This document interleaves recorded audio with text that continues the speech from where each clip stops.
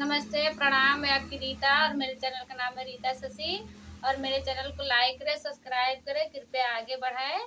और मैं गाने जा रही हूँ एक लाचारी नाच गीत। सड़कियों पर फूल फूला के फूलवा लोड़े, सड़कियों पर फूल फूला के फूलवा लोड़े। ससुर मोरा होतिन त फूल लोढ़ी लवतेन, ससुर मोरा होतिन त फूल लोढ़ी लवतेन। सास घर घुमनी के फूलवा लोढ़े हो, सास घर घुमनी के फूलवा लोढ़े।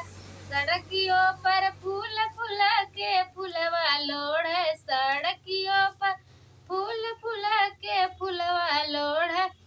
जेठ मोरा होतेन त फूल लोढ़ी लवतेन, जेठ मोरा होतेन त फूल लोढ़ी लवतेन।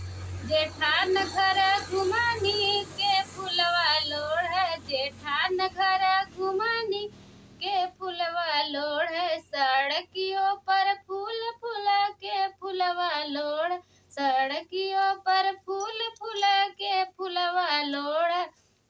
देवर मोरा होतिन त फूल लोढ़ी लवतेन, देवर मोरा होतिन त फूल लोढ़ी लवतेन। देवरान घर घुमनी के फूलवा लोढ़े, देवरान घर घुमनी के फूलवा लोढ़।